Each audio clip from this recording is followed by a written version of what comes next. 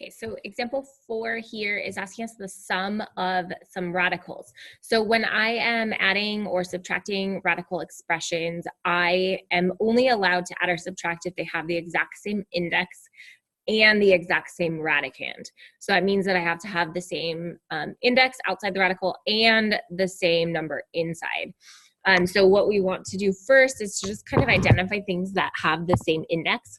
So notice that we have a square root of 20 and minus the square root of 5. So those things, I want to kind of group them together so that I know that they're going to be things that potentially can simplify. So I can hopefully combine the square root of 20 minus the square root of 5 in some way so that I only have one square root in my answer.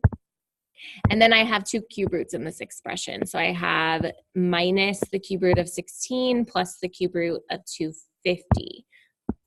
So I'm grouping those together just so that when I do the next step, everything is written next to the thing that it could potentially be combined with. So I can combine those first two terms if I end up with the same radicand. Same thing for the second two. However, I can't combine anything across that way.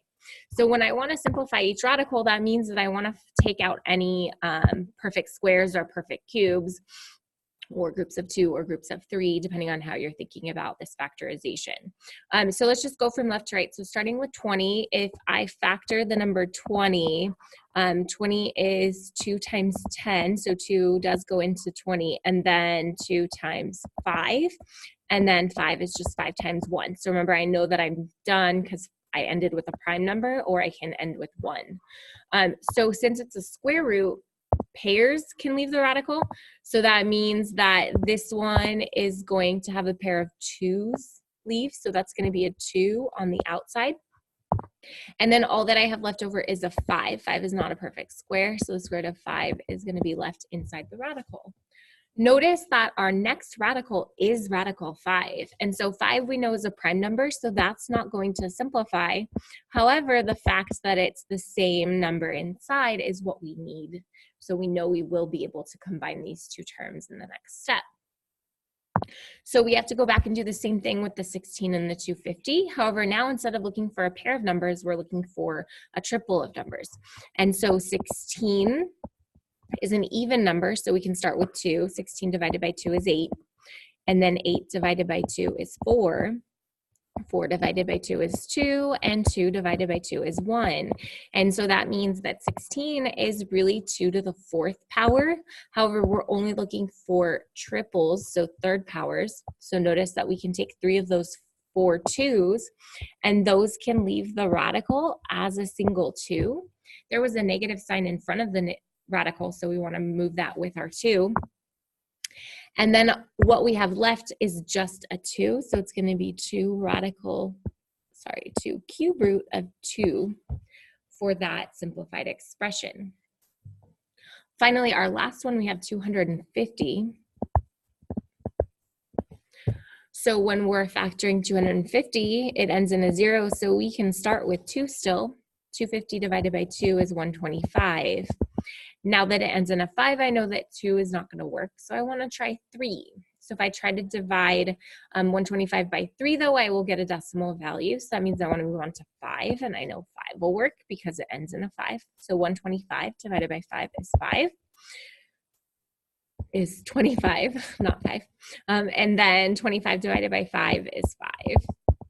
And 5 divided by 5 is 1. And so the factorization of 250 is 2 times 5 to the 3rd power.